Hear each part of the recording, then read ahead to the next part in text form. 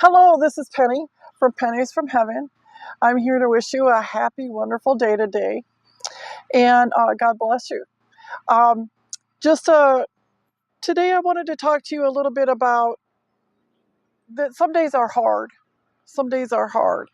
Um, but the verse I want to hang on to today is John 3:16, and this is the NIV version. For God so loved the world that He gave His only begotten Son, that whoever believes in Him shall not perish, but have eternal life. Um, some days you don't even want to get out of bed. Um, some days are super hard. Uh, we get thoughts, things like that.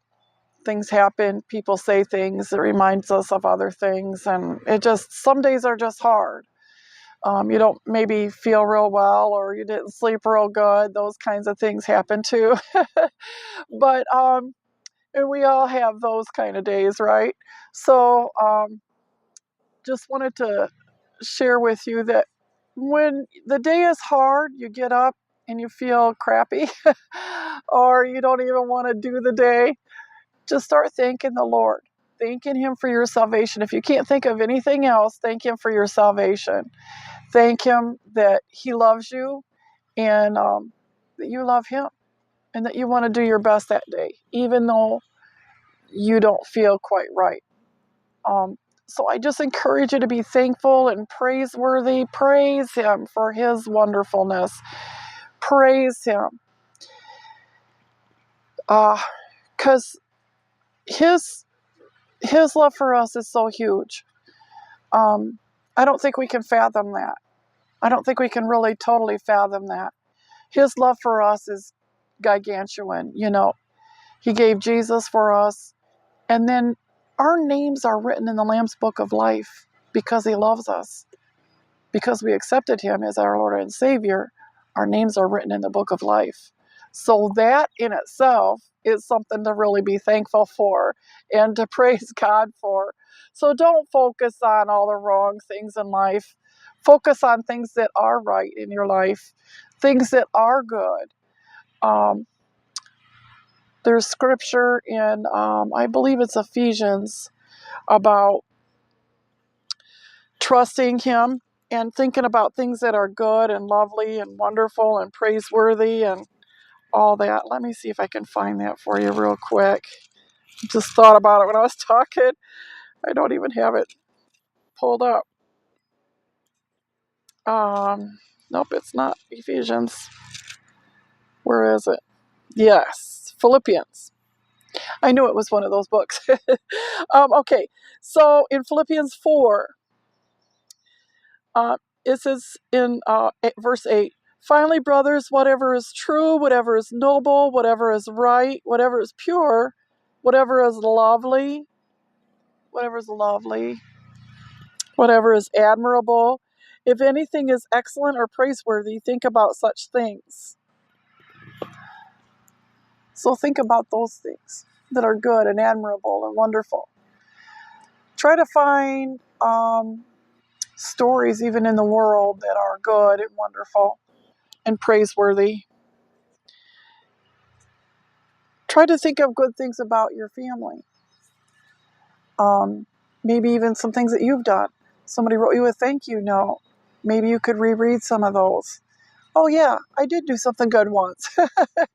So try to remember what you have done, to help someone else.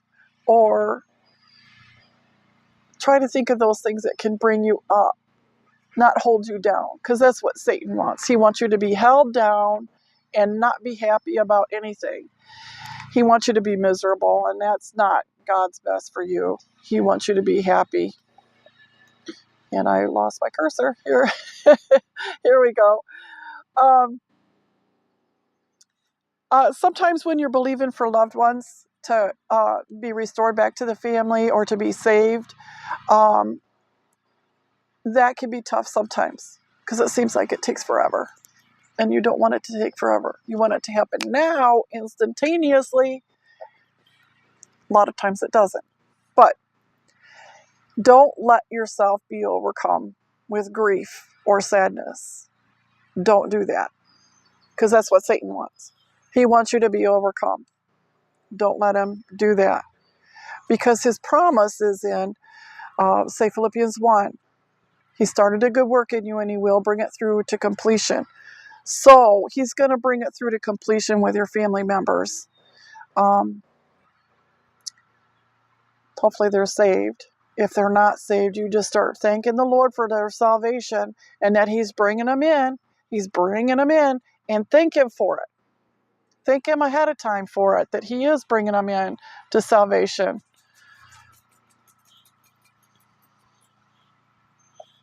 Because I know that feeling. I know what it's like to feel like you can't go on, that you're hurting so bad. Because sometimes you just want to throw in the towel and forget it. Just forget the whole thing. Don't do that. Don't do that. Don't even entertain those thoughts, because Satan will bring those thoughts to you, and that's exactly what he wants you to do, is to give up. Don't give up. I'm encouraging you, don't give up. Read the Word of God. Read it for yourself. Hang on to those verses. Like I said, get a good concordance. And you can look up words that'll give you verses, and then you can learn. You can learn. We're always learning. We're always in process of learning. So don't give up. Don't say it's not possible, because it is possible. The impossible is possible with Jesus. So remember that. The impossible is possible with Jesus. So you hang on to that. You hang on with all your might. Hang on to those verses, and when Satan brings those evil thoughts, you just rebuke them in the name of Jesus and say, no, I'm covered by the blood of Jesus. Those people are forgiven. It's all covered by the blood of Jesus. And just continue on, continue on, continue on. Every day, get up and continue on. Praise the Lord. Thank him for his word. Thank him for his love. Thank him for his faithfulness to us, because a lot of times we're not faithful to him. But he's faithful to us. He's faithful to us. His love is faithful. He faithfully loves us even when we screw up, even when we sin or make mistakes. He's there. He still loves you. He still loves you. He loves you all the time, every day. So you hang on, and don't you give up. Don't give up. You keep going on, even when it seems impossible. You go on, because God's got a plan for you. He's got a plan for your family. He's got a plan for your life. He's got a plan, and you got to keep going on so that those things can be fulfilled. And like I said, I know it's hard. I know there are a lot of days that are super hard, but go on. Keep going on. Get in his word. Read it.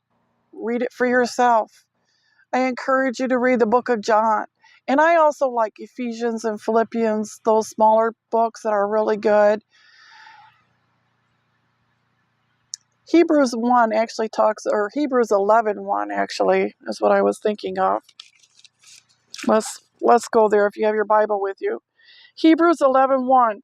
Now faith is being sure of what we hope for, and certain of what we do not see. Faith is being sure of what we hope for, and certain of what we do not see. We're hoping and believing for people, for situations, for our finances, for health. So faith is actually daring the soul to believe beyond what you can see in the natural. Go beyond that. God wants you to believe in him and his word. Trust him. How many times do I read where it says, trust me, trust in him? God has asked me to trust him, so I trust him. And it's not always easy, because I have to trust him. We all do. We have to trust him. But you hang in there. You hang in there. Again, if you like this video, please subscribe and do a thumbs up. And I'll talk to you soon. Okay, bye-bye.